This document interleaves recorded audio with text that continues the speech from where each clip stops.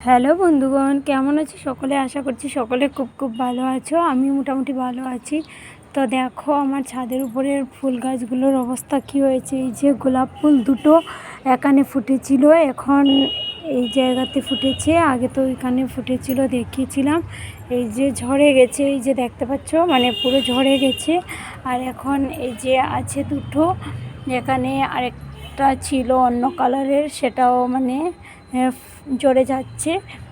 এই দেখো হলুদ ঘন্ট না, সরি, ঘন্টা। তারপর এখানে অনেকগুলো ফুটেছে।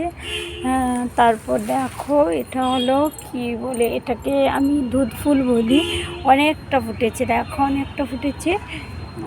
তারপর এখানে তো আছে ফুলগুলো, মানে বৃষ্টির জন্য এতটাই আমার ছাদের উপরের বাগানগুলো দেখো কি হয়েছে, মানে অতিরিক্ত ঝড়ের জন্যই এটা হয়েছে।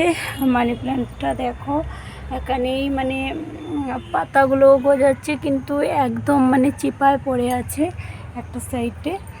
আর দেখো কিছু লঙ্কা কুলের মতো হয় না, লঙ্কা যেগুলো, সেগুলো আমি চারা মানে বীজ ফেলে রেখেছিলাম বৃষ্টির জন্য। দেখো কি হয়েছে, এগুলোর অবস্থা উঠেছে, কিন্তু বৃষ্টির জন্য মানে শ্যাওলা টাইপ হয়ে গেছে। দেখো ঠিক মতো মানে মানে ওদের যত্নও নিতে পারছি না, এত বৃষ্টি হচ্ছে, কী করবো বলো।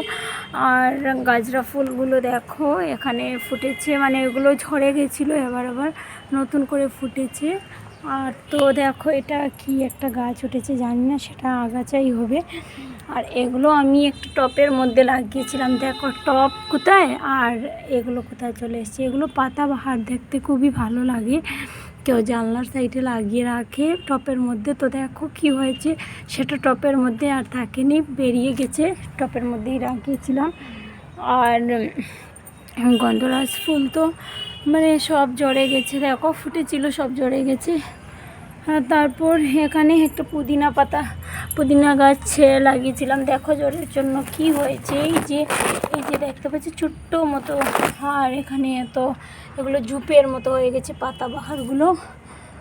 আর দেখো এখানে হলো আমার লঙ্কা গাছে আর ঝড়ের জন্য, অতিরিক্ত বৃষ্টির জন্য লঙ্কা গাছগুলো মানে আর ঠিক মতো লঙ্কা ধরছে না, শুধু ফুলই দিচ্ছে। আর এই দেখো এগুলো মানে ওই যে ব্লু কালারের ফুল ফুটে না, শনি ফুল হয়, তো সেগুলো আর ঝড়ের জন্য আর ফুটছে না। আর ওইদিকে দেখো আমার লঙ্কা গাছ, তো লঙ্কা গাছটা মানে কি বলবো, অনেক লঙ্কা ধরেছিল, ঝড়ের জন্য মানে ধরেছি, আমি কিছু নিয়ে রেখেছি গড়ে। তো দেখানো হয়ে গেল আজকের ভিডিওটা, অতটুকুই, টাটা।